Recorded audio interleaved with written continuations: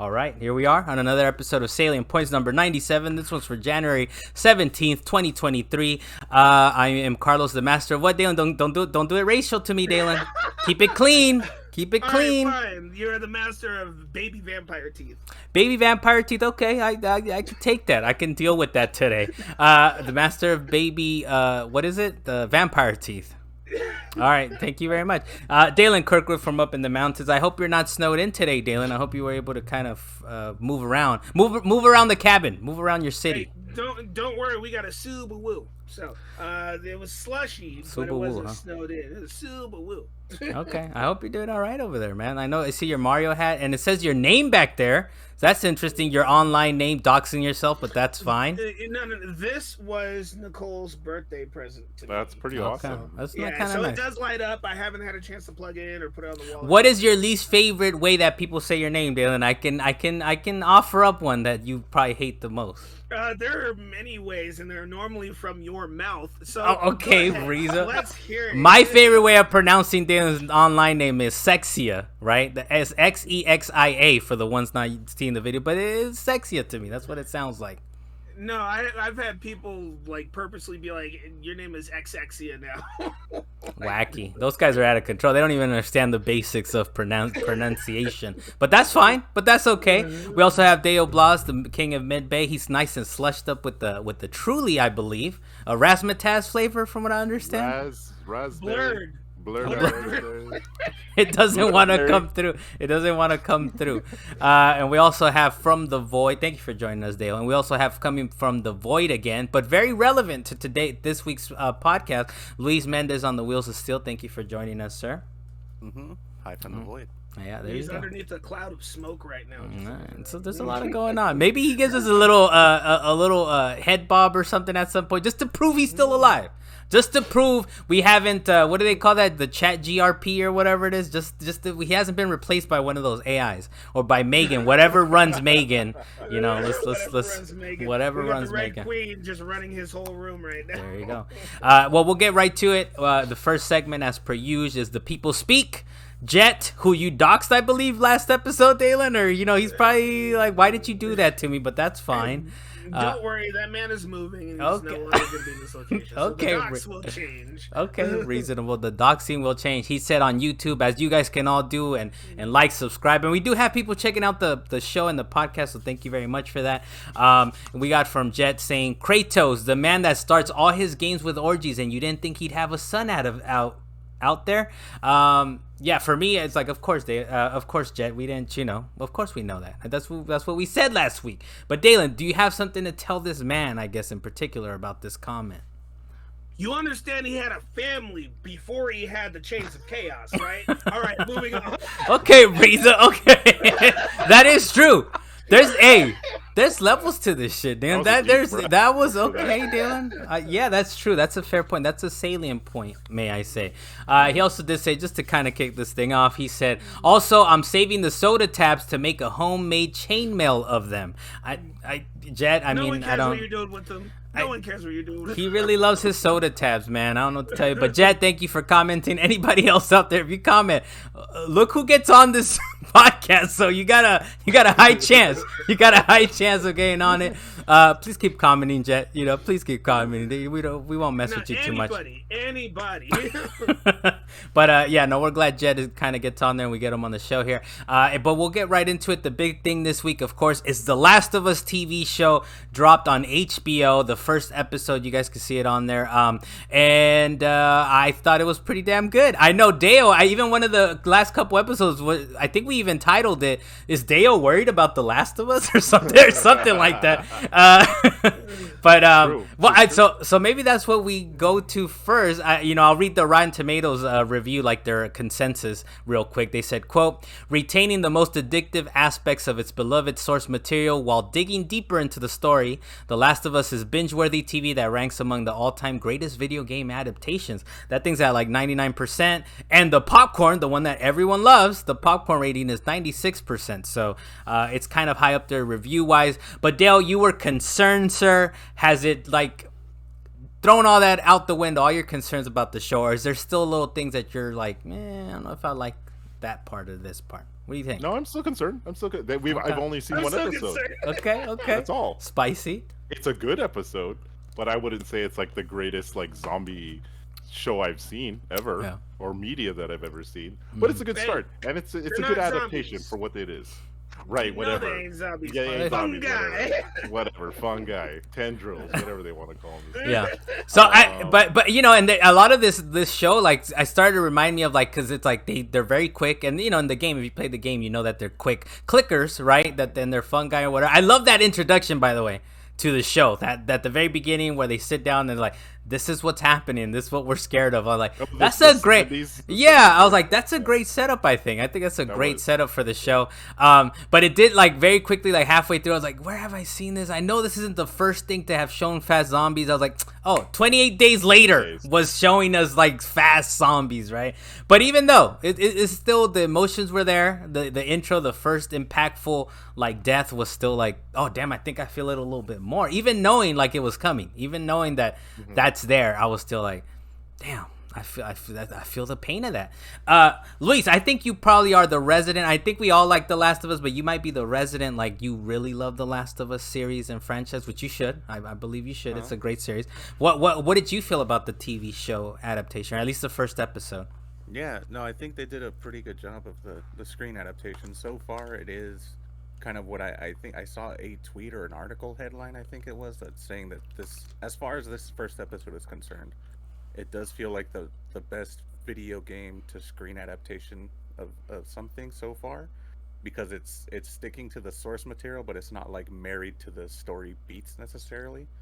So like, you know, like for instance, with the whole exchange where Joel and Tess meet Ellie and Marlene for the first time in the game, it's not that same sequence, but it does keep the same sort of setup, right? Like, it doesn't make sense necessarily for the screen adaptation because it needs to move faster to get to that point. Yeah.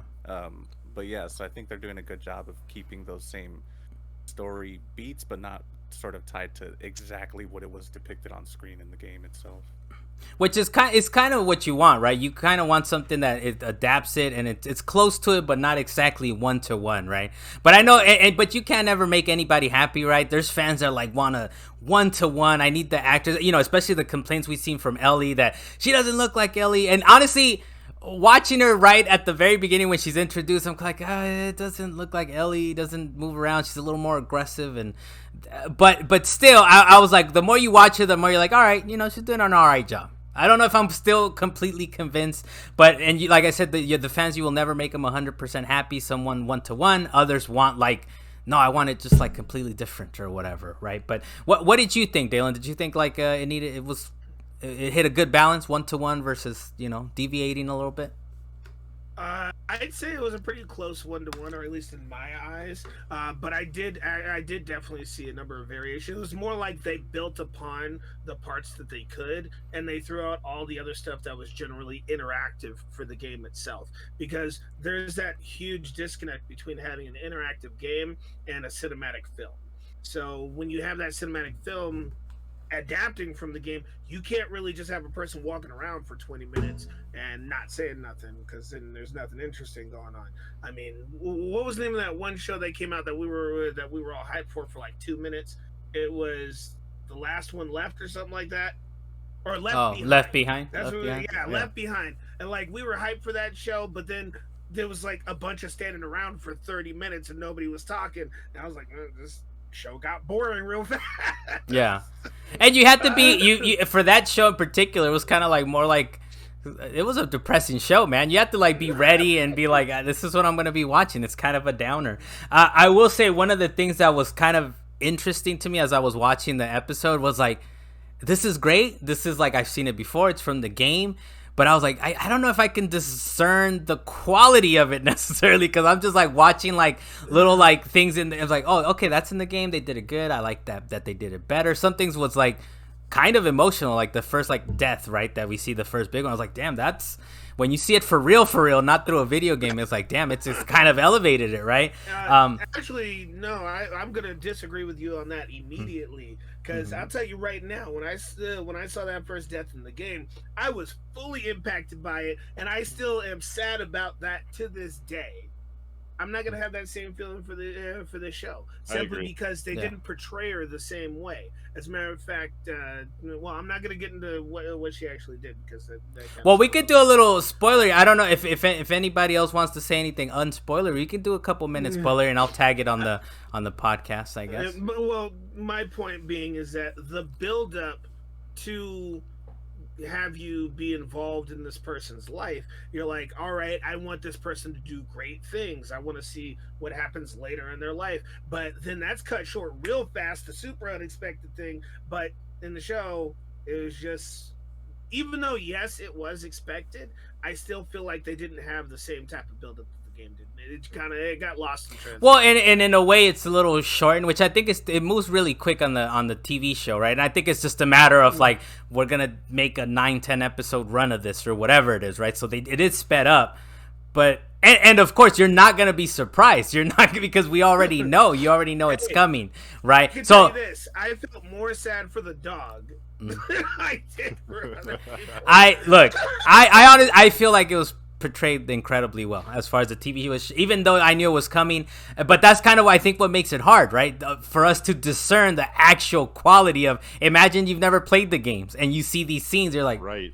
this is kind of nice. Imagine It's the kinda audience nice. that's never, interacted with these characters whatsoever. They're coming into this with fresh eyes. They've never seen something like that, and then when it happens, they're just like, "Whoa, this is that's the precedent they're starting off with this entire series that they know nothing about.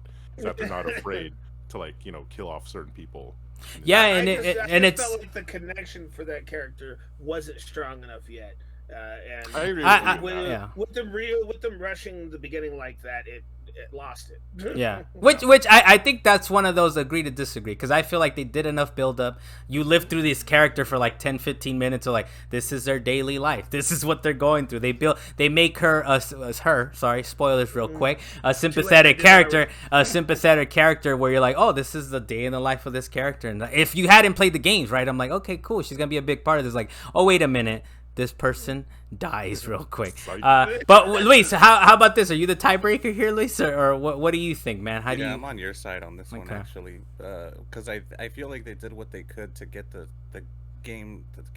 story to the point of what the game was for the TV show, and we have to sort of remember this wasn't a 1 hour sort of premiere. This was like an hour and a half, right? So they did kind of do half an hour of setting up day in the life of this is a normal-ish day. And then a normal-ish day in the post-apocalyptic world to get to the actual real story, I guess. So I think they did a really good job of setting up the character in that world, and then sort of taking her away from us, right? Because there's a lot of movies, TV shows, and stuff that we've all seen where there's supposed to be this huge story beat of some character they've introduced for 5 minutes, and we know there's some sort of strong bond between characters. Disney and all their moms. Yeah, and then we're like, oh, I don't really care about this. Like, I know that they really liked each other, but I don't even know who that is, and now they're gone. So I think they kind of struck a decent enough balance between giving us a good peek into their life and then also not lingering too long.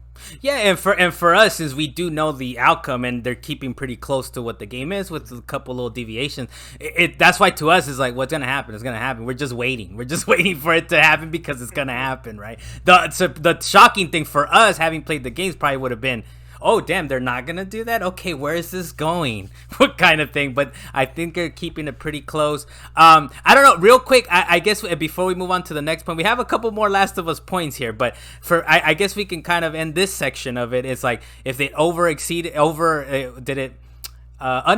overachieve your expectations. I'll kick it off. For me, I think it overachieved. It overachieved what it set out to do. We still have many more episodes to go. Maybe we do some scene sits on it, Dalan, and kind of like every couple episodes or something. Dale, did it overachieve or underachieve for you this first episode? It is exactly where I expected the quality and the writing and the acting to be. Nice. Exactly where it's at. Dalan, what about you? I'm gonna say I believe it overachieved in where it needed to be, as in like my hype for it. Like it very much overachieved in that, but it met my understanding of what the production value was going to be, and I'm glad that it actually had the production enough to say, hey, this looks like a straight up movie brought to TV series. This is a made-for-TV movie, as this is. But they put extra production into it because they know that this is a big IP. Don't fail it. It looks. Mentioning that, it does look kind of clean though, right? I feel like it does look a little too clean sometimes. I don't know if you guys saw that, but I was like, oh, it's just kind of clean. I want some grittiness. In some of the preview, did you watch like the episode after? Yeah, behind the scenes, Yeah, so some of those scenes when they film like a lot of like some of the clickers that are against the wall or something like that, it does look clean. It doesn't look gritty enough or grounded enough. Yeah, and that might just be on the film side of things, right? Just the way that it's filmed, it's just in clean. Post they might fix it. Dalan? Well, for their filming using the production value that they had, most of it seemed like they were using a lot of. I had the word a minute ago, where they used practical effects, where they had a lot of practical effects, but most of it was in smaller enclosed spaces. I mean, obviously for the first half of the episode, it was all out in the open and there was a whole bunch of stuff happening, and it was an excellent way of portraying that, and there was so many moving pieces that you couldn't really fixate your eyes on just one singular thing. There was just everything happening all at once. Not a nod to the movie, but you need to watch that movie too. But when they did have very few characters on the screen, it was normally in like a room or a hallway, or even when they did get outside, they did a lot more close-ups, and it looked like a portion of a set versus an entire field or something like but that. It's something that as the production goes on, as we see more of it, right, we'll see more once we start meeting some more enemies and such, right? We'll kind of get a little more sense of that as well.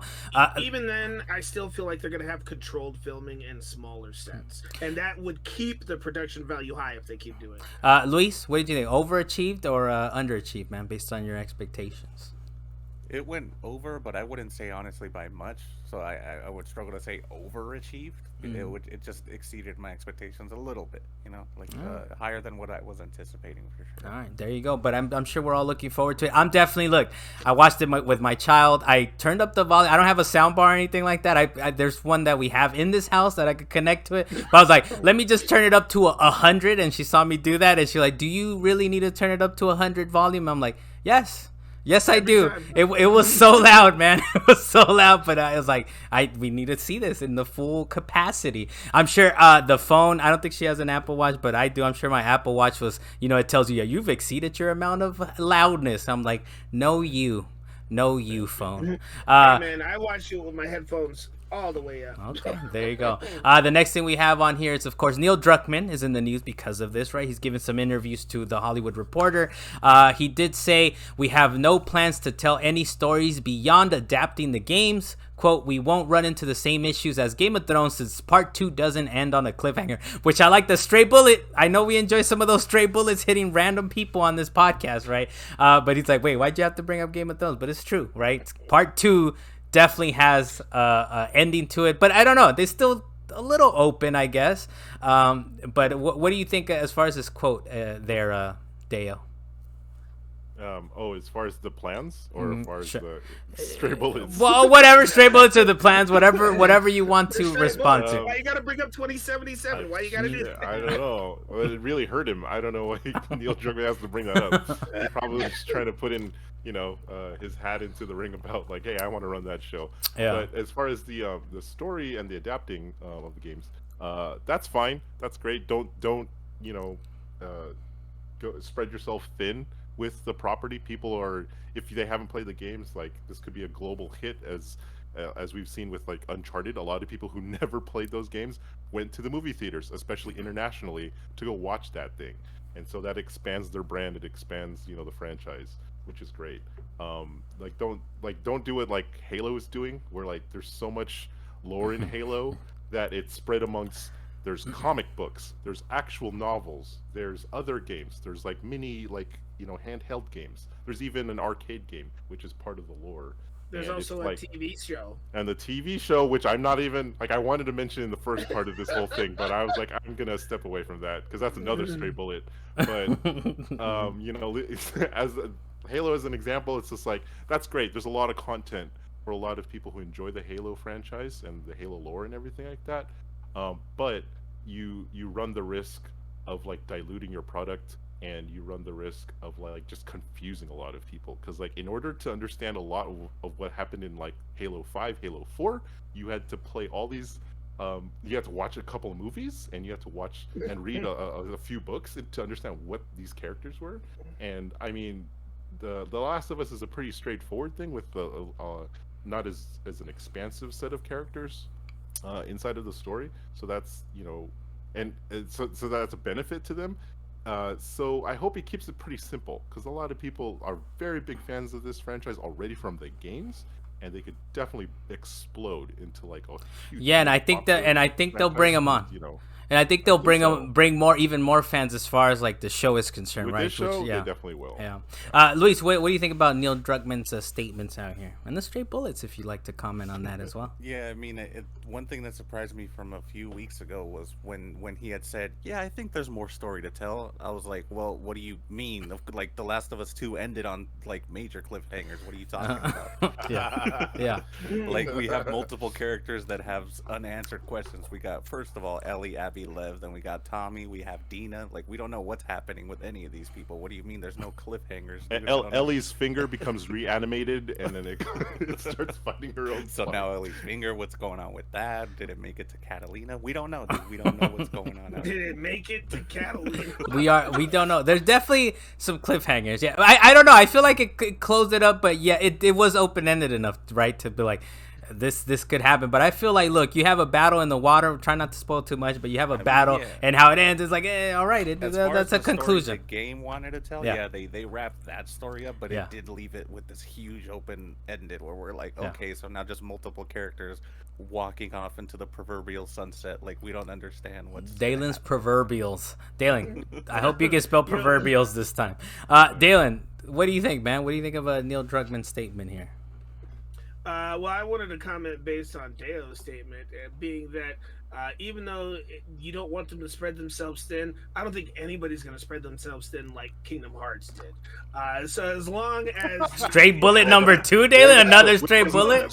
With those number games. But I'd say as long as he does keep at least to the core story and not make too much content, and I'll throw out a couple other names. Star Wars, they made too much content. The Star Trek made too much content. It's just, the fact is people sometimes get money hungry because they're making such good quality stuff. Then they're like, all right, let's do it 17 more times, and you're like, no, I just need 2, maybe. You're gonna get a third, man. Look, the other thing, he also did mention that The Last of Us multiplayer is gonna be the most ambitious project ever for Naughty Dog. Which, look, all these things that I keep hearing about this is that this is gonna be a full price game, man. This Factions game, I think it's still called Factions. It's gonna be fully full priced. What do you take from that, Luis? That Neil Druckmann also said that it's their most ambitious project ever. The multiplayer of The Last of Us. I think it's kind of hilarious that they intended to launch with this 2 years ago on The Last of Us Part 2, and it's like, it just... Yeah. I'm hoping that a lot of it was they go, well, now we just have an open-ended timeline, so let's just throw everything we want at this thing, right? Let's make it exactly what we want. Yeah. It's not reverse, right? At the very least, it won't be reverse. The Resident Evil reverse. I'm sorry, Dalan. I'm sorry. Yeah, I was like, damn, they both took my comments in one fell swoop. I was like, sorry, Dalan. You gotta be you know, you don't have to get ready if you stay ready, Dalan. So, what do you think, Dalan? What do you think about this? About his statement? How to get ready and stay ready. You gotta be ready at all given moments. It's gonna come at you. Yeah. And you were not. You got caught slipping, but that's fine, Dan. What do you think? I did. You caught me at a bit of a loss in regards to my words. But in regards to it being his most ambitious project, I do think that when it did come out as multiplayer for Last of Us 2, that was it Last of Us 2 that had the multiplayer? Well, 1. We're still waiting on the Part 2's version of it, Dan. We're still waiting on that. What I thought. No, this is basically going to be the Part 2's version. I doubt they're going to add multiplayer. I think they're going to fully release another $60, $70, maybe $50 if we're lucky or something. Like, this is they're not releasing this for free. Yeah. Well, for the multiplayer that they had, it was basically a separate fan base that enjoyed that multiplayer. And I gotta say, it was actually a pretty good multiplayer. But I was one of those people that was on the fence of I'd rather just play the main story because that's where all the feels are. In the multiplayer, is just like these factions. You don't see anybody die, but they're talking about you need food, you don't need food, whatever it is. And if they extensively expand on that and have different modes, then they're gonna have themselves an excellent game. I mean, put a level where it's just in the snow and you can't see a damn thing. Put us in town again. I don't care. Okay, Dale. Okay, Dale. Dale raising his hand. No, I got a question before you start going off into other things. I never played factions. So, do you create like your own character, and does that character like exist? And this would be to Luis, right? Because Luis, I think, out of all of us, played it the most. Generic person like in COD, where like you're just a soldier on a. I do think you have characters that you can choose. Hold on, before we think a lot, Luis, what happened in this game? Can you answer Dale's question? Because I feel like you played it quite a bit, right? Or no? Don't remember. It was so long ago, but the fact that I don't remember, I feel like it wasn't that impactful either way. Like the whole, they did have this sort of like subsystem that worked outside of the main like multiplayer game, where you would go into matches to basically get supplies for your community of people, I guess. And they had a feature you never met. They had a feature that you could connect it to Facebook so that it would actually like show people's names that you knew. Weird. So it would like say like your ex friend is getting hungry, ex friend is getting sick, X person died, and you're like, oh shit. So I'd be like, okay, let him start.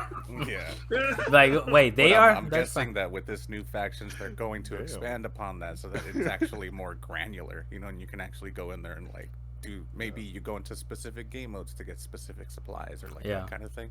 So, but yeah, it caught me by surprise. Like Dalan was saying, it was a really fun multiplayer mode that, yeah, it was just really great. It was really good. Hey, so we'll see how they expand on it. But I think definitely when this man is talking about most ambitious project ever, don't Sean Murray us, Neil Druckmann. Don't Sean Murray us, all right? Don't do it. They have more than 7 people. But they do have more than 7 people working on these games, so that they have at least that going for them. Office. You know? I like the fact that Carlos caught all those stray bullets and he's just throwing them at people, right? Hey man, don't Sean Murray us, Neil Druckmann. We're watching you. We're watching you. But other thing they're watching, so they're striking while the iron is hot, and right now you can actually play a 2-hour trial of The Last of Us Part 1, which was Deo's Game of the Year, by the way, if you heard last week's episode. And it's available on PlayStation Plus Premium, which is it the most extreme one you can get, I think, plus the premium. Okay, so you get the 2-hour version of that. They're striking while the iron is hot, and that's kind of it for as far as The Last of Us. I'm sure you'll hear us talking about it more, especially since it's going to be a week-to-week kind of episode of the TV show on HBO.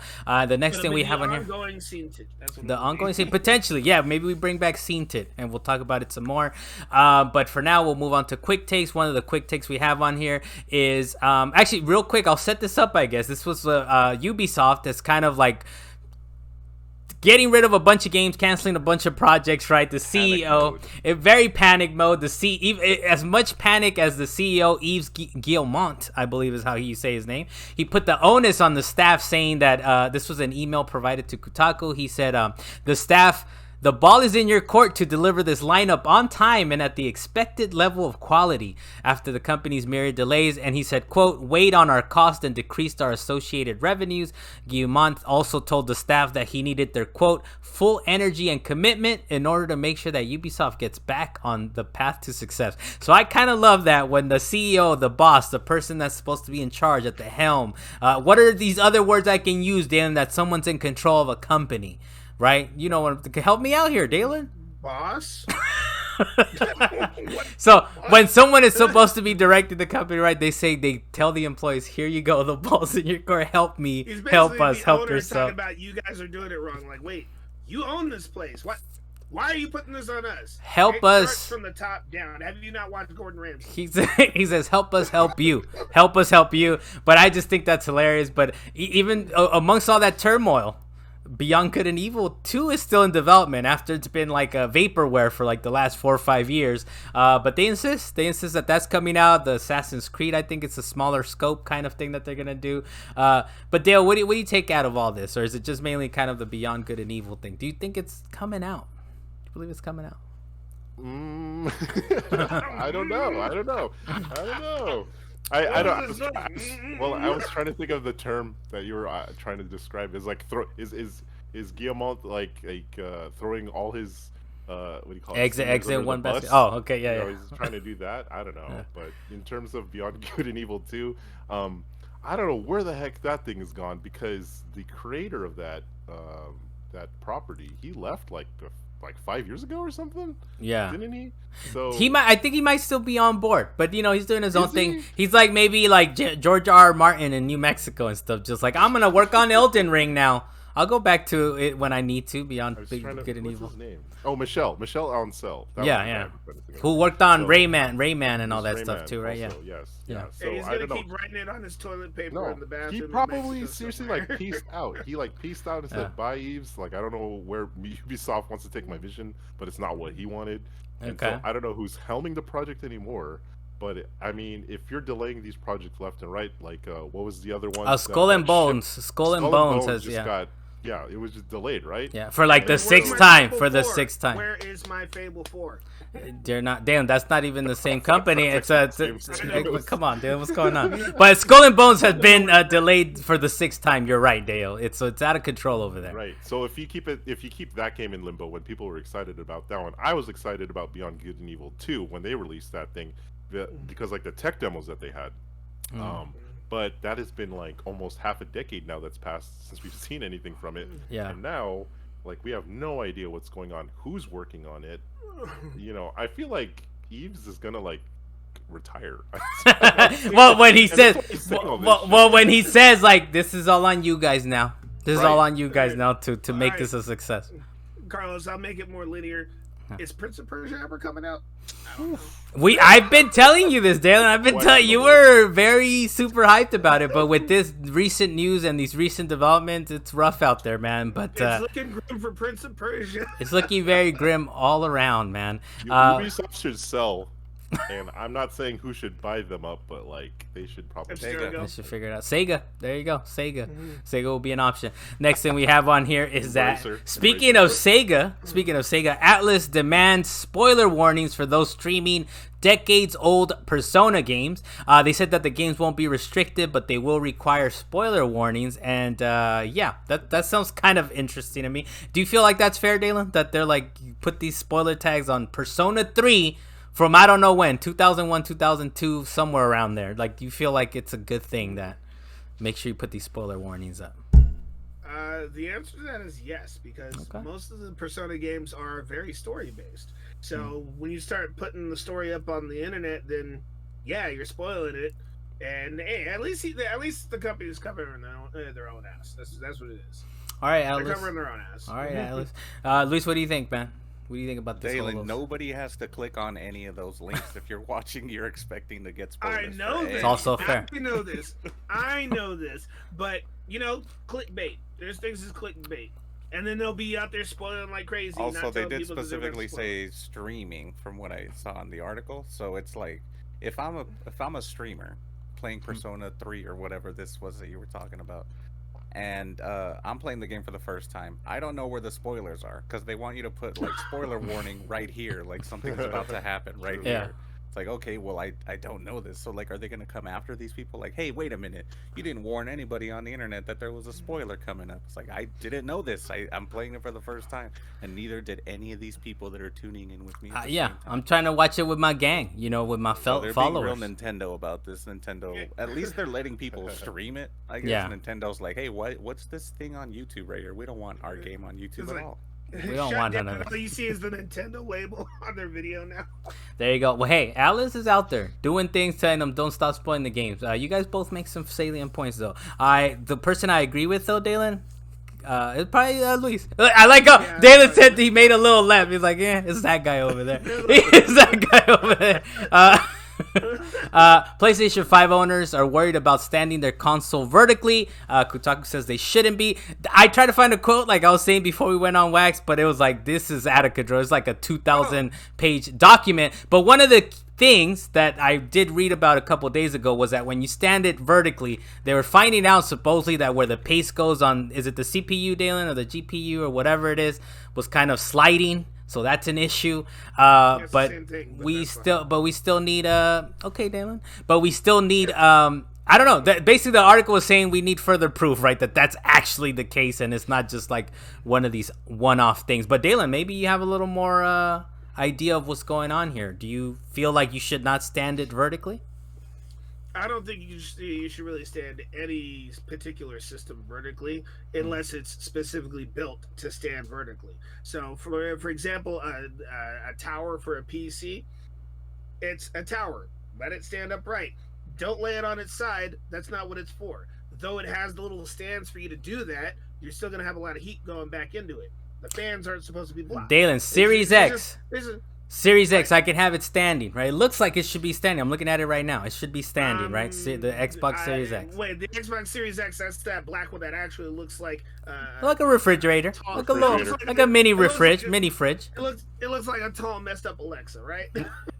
Yeah. Yeah, I don't know. Yeah, sure. But should that be standing, Dalan? Should that be standing? It's built to stand. Okay. I mean, do they have a feature like the little pad so that it can lay on its side? It looks like a yeah. Look, the fan goes up. The fan goes up. The fan goes up. Yeah. The PS5. If it's on its side, the fan's going out, but the fan is actually now being weighted in a different direction. Okay. So. All right. Hey, thank you, expert Dalan, Mr. Digital Foundry 2.0. Luis, what do you think, man? Are you gonna stand your? Dalan was like Digital Foundry. Luis, what do you think, man? You gonna stop standing your PlayStation 5 upright or what? It's doing fine, man. It's still alive and kicking. It's look, I'll say this: if Dalan's talking about, if it's built to stand, look, when the PS5 was revealed, how was it looking in the reveal pictures videos? Standing up. It was standing up. In the commercials, it's standing. So it's built to stand, man. I don't know what these people talking about. It's built to stand, man. I don't know what you want me to say. It's built to stand. Real quick, I'll throw this out there before we got to like one more story after this. The AIS, which is the Academy. Damn, I should have written their name out. The Academy of AIAS, but I don't know what it stands for. Basically, the Arts and Sciences announces their 26 DICE Awards, and it's led by Ragnarok, God of War Ragnarok, with 12 nominations, which is to say that I feel like We Got Comms is more justified, right? It was like God of War Ragnarok was our game of the year, right? So it's like, it wasn't Elden Ring. It got a couple honorable mentions for us, but not, the kind of top honors like it did for the Game Awards. So Game Awards, rigged, man. Potentially rigged. All right, that's all I'll say on that. That's all I'll say on that. But yeah. So Ragnarok 12 nominations, and that's as I've mentioned it before on Wax, is the AIS. I remember it all the way back to 1997 with GoldenEye that had that nice little award on it on the front cover of it of GoldenEye. I was like, this looks legit. I want to play this now. Next one. This one is specifically for Dale, but maybe Luis a little bit. But you can already get sorted into your Hogwarts house on before Hogwarts Legacy drops. I like that. He's spreading his arms over here, Dale. I like that. And apparently you have to go to go.wgames.com/common room tour. And that's how you get into your house. There's a lot of slashes and a lot of dots. But go to that. In the comments so people know. But you go to there, you find it, get your house before the game comes out, and you'll be ready to go. Dale, are you going to be ready to go? You're going to have your house sorted out before. Heck yeah. Okay. Like I didn't know this was the thing until you put it in the rundown. And so like I was gonna click on the link, but it sends me to like this WB Warner Brothers registration site. Oh, I'm like, damn it. Okay, I have to. You have to register. Yeah, you have to register. It's your Wizarding World account. Okay, Luis, there you Hey. go. I don't have that. I don't have one There of you those. go. Surprisingly. Watch out for Carlos's fishing scandals. Okay, dude. Hey, click on that email. The little fish will alert people of this. But yeah, I think you have to become a fan or something, and I'm pretty sure you have to agree to have fun, right, Luis? Like Luis likes to say, agree to have fun, and I'm sure that you'll be sorted in there. But Luis, you'll also be sorting your house out before this game drops. I've actually been sorted for years, I guess. I'm surprised a lot more people don't know that this is a thing, because I saw this tweet by his name is Jerice Dia on Twitter, an environment artist at Rocksteady. He's working on the Suicide Squad right now. But Nice. he posted a screenshot that said, "Me if this hat selects the wrong house for me," and it's like a screenshot of the turn off PS5 highlighted. And so I replied to it and I said, actually, players can connect their Wizarding World account to it, and it will connect what house you've been sorted through the app, Oh, and cool. also the wand that you have through that the Wizarding World account. So I'm assuming they might, if they have a Patronus, because you have a Patronus in your profile there as well, it might link it to that as well. I don't know. It's out of control, I'm man. sorry. Everything Hey, you just said. No, I all was that's trying awesome. I was trying to listen to you, but my brain was just like. I got look, Dalan. You guys know it just happened a couple times this episode. I disagree with Dalan on everything, but I also was like, what? It was like a lot of stuff coming at me. Like I don't know I said what he wand said. and house. What do you guys? You said Patronus. You said You said Patronus, and then you said something about sorting Okay, a house. That's the and one thing. This is a That's thing the for, like, a one long thing time. I will agree on. That's a long So you guys said a lot of things. I said Patronus, bro. Like chill. There was a lot going on. Whatever it was, there was just a lot going on. But look, but Connect your look, Wizarding World account. You're but set, look. ready to go. Boom. Straight But to look. everybody. Anybody can get it. But you know what? You know what? I'm gonna try it out. I'm not gonna do this. I'm gonna just choose a house when I play the game because I'll get down with it. Whatever, man. We should predict what you would be. You and Okay. Is it fully? Dale's dying over there. Luis, is it fully random or is it like It asks you a based bunch on of things? questions Okay. and kind of person. Yeah, Dalen, mute your totally. mic, please. He's like, mute your mic, please. We're come on, Dalen. Trying to get back to the show here, man. You answered us to okay. Maybe I'll check it out. Questions like what would you do in this situation? Would you kind of, are you a day or night person? And eventually all those kind of equal to Oh, sorts okay. you into a house. All right, maybe I'll tinker with it because I'll try it out, man. Whatever. It's in April, right? I think they pushed it to April. It's kind of like it's not a lot going on. Although Forsaken is coming out next week already, man. I don't know if you guys been looking at that. I was like, oh shit. Forsaken? Isn't it or Forspoken? Forsaken? Okay. Forspoken? I was like, is Destiny re-releasing Forsaken? What Oh, I'm down. Forspoken is coming out in a couple. Gamefly actually told me like, you have this lined up. I'm like, oh shit, thank you very much, Gamefly. I need to figure some things out. The other thing, of course. Demo? No, I'm just gonna dig into the game.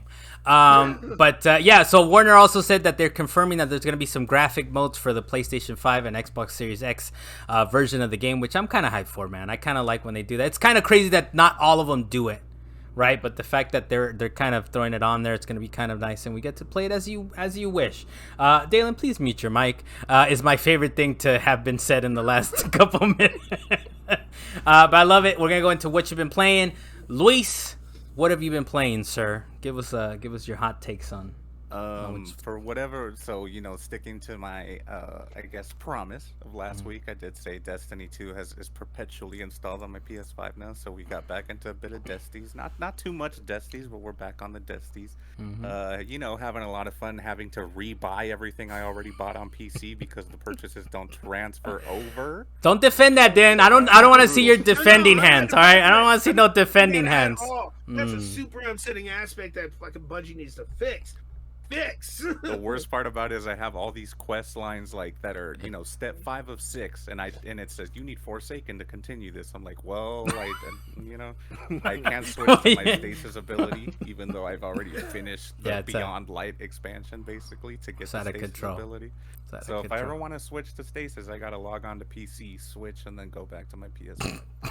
So out of control, man. I just drop another $40-$50 to be able to switch to stasis. It's reasonable, very reasonable. So how you been feeling though? You liking your trip back into Destiny? I played with you guys a little bit. I know Dalan is mostly you guys have been playing, I believe, but I did download it again. The whole 100 gigs or whatever, and I think it was like midnight, and I was like, oh, it says like 3 hours, and Dalan's like, oh, it'll be done soon. I was like, no, Dalan, I'm not playing it today. I'm not gonna wait 3 hours for this thing to download. I will be in bed by that time. But you're digging it so far, at least. We'll get down with some challenges and dungeons and all that. And yeah, I mean, I'm in there. I'm getting more and more used to, because every time I go into Destiny, I have to Google something, or there's nothing is clear basically. But now I'm kind of understanding, like, oh, I got to go to this planet and get this quest, and I got to do this thing and this, like the Crucible or whatever the fuck. So I'm getting more and more used to it, but it's still, it's a grind. It's one of those games. It's a grind. So yeah, but playing it co-op, makes it a little more fun. I guess we shoot things together. What else have you been playing? And got into Jedi Fallen Order for the, finally after all these years. I started it on the like normal difficulty, the whatever the middle one was, like the balanced, I guess. I switched that shit immediately to just give me the story. I'm not down with this difficulty. Like, it's wacky, man. It's definitely wacky, right? Like, yeah, I was like, okay, I want kind of a challenge, but let's get it. So, and I ran into like the first. It wasn't even a boss. It was just like an enemy that was stronger than I was, murdered me, and I was just like, yeah, I'm not doing this. Like, I can't, especially with the meditation points. If you want to heal, it respawns all enemies. I was like, nah, I'm not messing with that at all. Like, just give me the story. Let me get ready for the next game. And you do have to go pick up like your gear, right? It's from what I remember. You have to, if you die, you have to go pick it up from there, right? Or no, not necessarily. No, you have your experience that you drop. You have to go pick up your experience again. That's the only thing you lose. Okay. If I jump back into that thing, which I probably want to because the sequel's coming out, it's story mode, dude. Just story mode, dude. I ain't messing with. I'm having a lot of fun just murdering everything. Like, I hope you noticed. Dalan brought his head down for a moment. He was like, I can't believe you guys are gonna do this. Jedi Fallen Order, but you will beat it though, I suppose. Or that's the intent that you'll. Yeah, I'm a few hours into it at this point. I feel like I've made pretty good progress out here. So yeah, I'm definitely gonna finish that one out. Dale, what have you been playing, man? Nothing too crazy. I'm catching up on and finishing up Call of Duty Infinite Warfare, which is an amazing game, and I'm so sad that like a lot of people kind of dismissed it as like another sci-fi COD game, which it is. But it's a really, really well done one, and one that I'm like, Jesus, like I wish Halo looked this good, and I wish Halo was like the campaign anyway was that bombastic, because like I haven't played a really good single player first person campaign since Titanfall 2, and so like this one. Well, shooting wise though, right? Like first person shooter. So so COD like Infinite Warfare, I also discounted it too because like when I read the reviews, I was like, oh, it's like mid, so I'm just gonna like pass over this year, which I did every year since like 2000, whatever it came out. Yeah, but this one was really interesting. It had a very good story, which I think it was like nominated for the year it came out, and it made you care about like Call of Duty characters by the end of the game of the campaign. A lot more than I ever did before. Like I could mention I know like mainstay characters like Soap and Captain Price from like the Modern Warfare series, but like I have no idea who the names are from like Call of Duty 1, Call of Duty 2, whatever that red badge one was called on the PC. I don't remember any of their names. I know because they always die, and so like you never cared. But in this one, they made you care a lot. So that was that alone was really good for its storytelling. Now, are you in a trajectory where you're going through the different campaign? Like, are you catching up to the Call of Duty campaigns, or no? Just this one for? I thought about that, I thought that like I was just like I'm just gonna just cherry pick this one and play it. But like now, I just kind of want to go back and just see like all of the Call of Duties because I missed a lot of time in them. Get your little popcorn summer action. Advanced Warfare next. Yeah, that was one that like. Was that like the launch of those new next gen title? Was that the newest Call of Duty? It was definitely a turning point for the story. Yeah, and everything.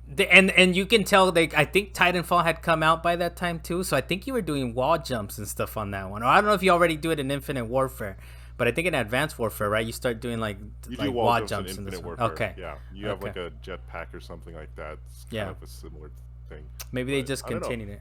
Like cinematically, the game is just like incredible. Like the music and the sound effects are really good, and like the scenarios that they put you in the campaign are really good. Even though they recycle some stuff and they recycle some levels of the game, but the scenarios in which they put you in are really interesting and they're very varied. So I don't want to spoil too much, but like the opening campaign when you have to fight in the initial battle that you fight in, that one is like one of like a very memorable thing to me, akin to like the storming of Normandy Beach. Like that's like what's burned into my mind. Well, and like all these games, you know, they're really high quality. It's just the fact that, you know, people just kind of hate on them, right? That it's like, wow, here goes another Call of Duty, but it's like yet millions and millions and millions of people pick them up and play them, right?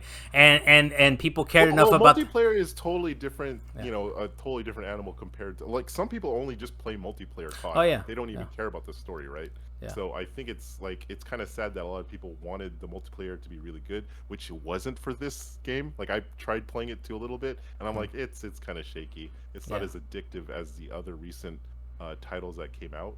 Yeah. But like, yeah, like I hope a lot more people gave it a shot. Like, and a lot of people were hyping this one up, and that's why I actually went out to go get it. And so I was pleasantly surprised for like a Call of Duty, which I'm not as surprised as much as I used to be. Yeah, these are like, you know, like I say every year, right, that we've been doing the podcast, it's like these are like my blockbuster popcorn action movie, right? Like, it's like, yeah, it's not God of War Ragnarok, right? It's not like these huge humongous game changers, but they're great. They're nice. For a few hours you sit down, you're gonna get high quality like animations, you're gonna get high quality audio, and the gameplay is always pretty solid. It's at the very least solid, if not like basically like the quickest, the snappiest kind of first-person shooter there is out there. But I'm glad you're having fun with that, Dale.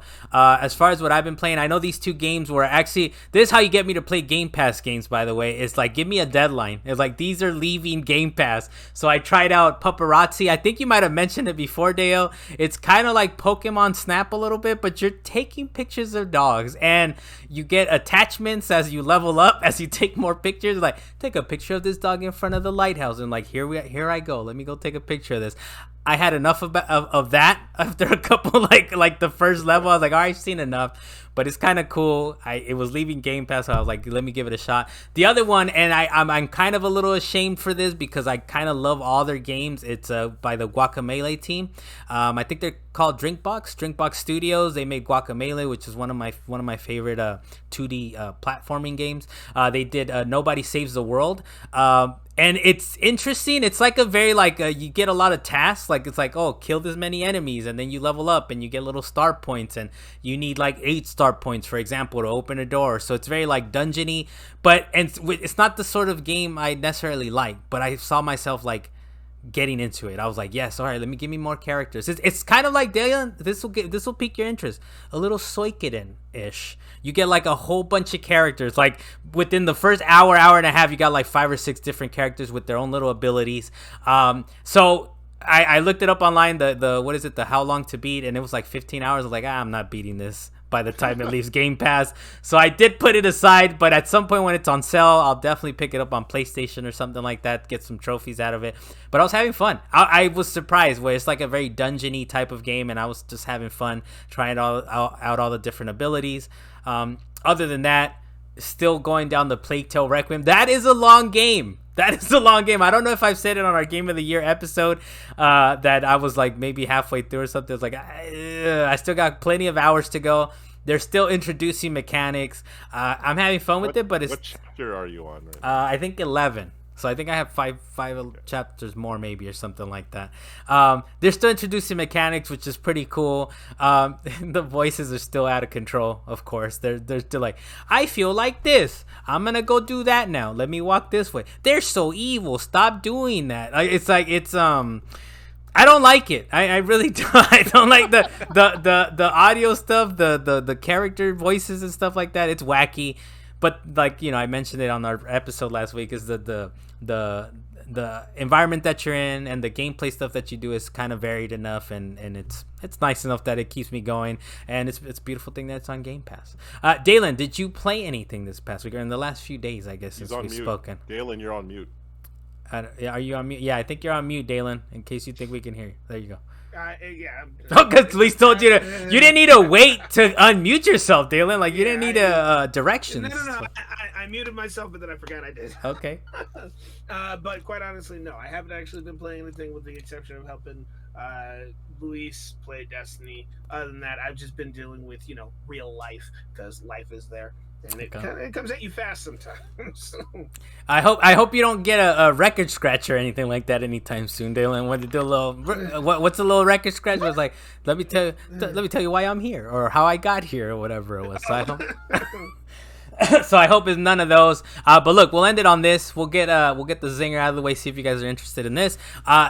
Sprite, or is it to rival the popularity of Sprite? Pepsi is ditching Sierra Mist in favor of a new lemon lime caffeine-free soda called Starry, with quote higher citrus flavors that are true to fruit and more aromatic than Sierra Mist. Dalan, will you miss Sierra Mist?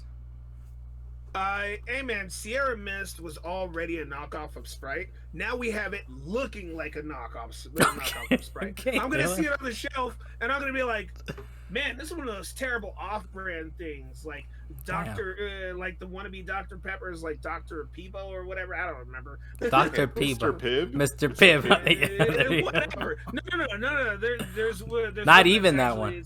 It's another Doctor something. It's like straight off-brand completely. But no, man, it looks fake. It looks fake. So Starry, Dale, does this look fake to you, man? You pick one. It looks like something you would put in like a video game as like the fake vending machine. That's true. Yeah, I know what you're talking about. You're right. There you go, Starry, man. I would try it though. I don't know if it's anything like a Fresca, maybe. There you go. What more do you need? That's a problem. You got to say Fresca in that same sentence. That's a problem. Luis, you gotta try this out, right? We're gonna try this out. Starry, if we see a Starry at a what is it? Crypto.com arena, we'll try a Starry, right? It kind of does look like a Sprunk from Grand Theft Auto. That's what I'm talking about. It's super off-brand. It's so terrible. But yeah, I'm trying it out for sure, dude. Oh yeah, I'll try it. Day one. I'm there. Give me a Starry. Give me a Starry. Hook me up with the Starry. KFC and ask for a Starry now. There you go, Starry. We all know that Sprite is the unofficial brand for black people. I don't know what Starry is going to be for. Okay, Dalan. Okay, there you go. We'll end it on that, Dalan. Salient Points King Jr. Day. on MLK Day. So I hope you guys kind of took some time to think about what you've done this past year and what you haven't done. That was a deep statement. I was not ready for that, Luis. I'm Carlos Macias. Thank you for joining us. Salient point number 97. Don't forget you're the master of baby vampire teeth. Okay, master of baby vampire teeth. I hope that's not like some euphemism or anything like that, Dalan. I hope that was straight. Dalan Kirkwood from Up in the Mountains. Thank you for joining us, Dalan. Thank you for dealing with the snowstorm and making it to the show this week. Oh, you're welcome. That was a struggle. And by the way, I'm going to actually state it simply because the reason it even popped up in there. Have you seen the movie with Jamie Foxx? I think it's called Daylight or Daybreak or Day Shift. Have you seen the movie Day Shift? No, that's like a new one on Netflix or something, right? I think. Yes, and it's honestly good. And they're dealing with different ages of vampires, and they take their teeth, and some of them have baby vampire teeth. Okay, Dalan. Deo Blas from the King of Mid-Bay. Thank you for joining us as well, sir. Making it out to the show. Happy Monday. Happy Martin Luther King Day. MLK Day. Luis, thank you for joining us, sir. We'll figure it out. I hope all the recordings should be up in the sky and ready to go at some point. Hey, happy Black Person Holiday number 2. Whoa, Dalan. You could say that though. I think I don't know. Who am I to say what you can say? Who am I to say what you can say, Dalan? All right. Hey, we got 2 holidays now: Martin Luther and Juneteenth. All right. All right. Yeah. Okay. I like it, man. The more holidays, the better. To be honest. I'll see you guys. And the whole month coming up. And the whole month coming up. There you go. See you guys later. The next episode. Peace.